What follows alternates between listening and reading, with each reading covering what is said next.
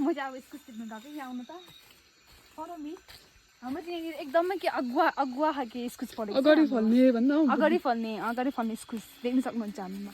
यहाँ कस्तो दामी फलिरहेको ओइकोमा फुल झारिस तैँले इ वाह कस्तो दामी फलिरहेछ है यो अगुवावाला दामी फलिरहेको रहेछ अगाडि यो माथि पनि छ यहाँनिर काँक्राको हो हामीले टिपेर फेरि अरूलाई बाँड्यो अलिअलि चाहिँ हो यहाँदेखि माथि माथि देख्दैछ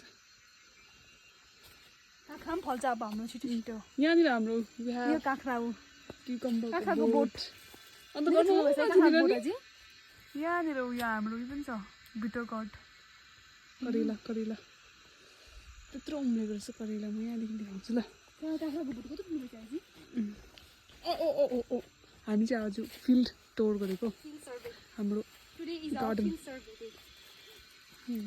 हो ए बिटर गड है हो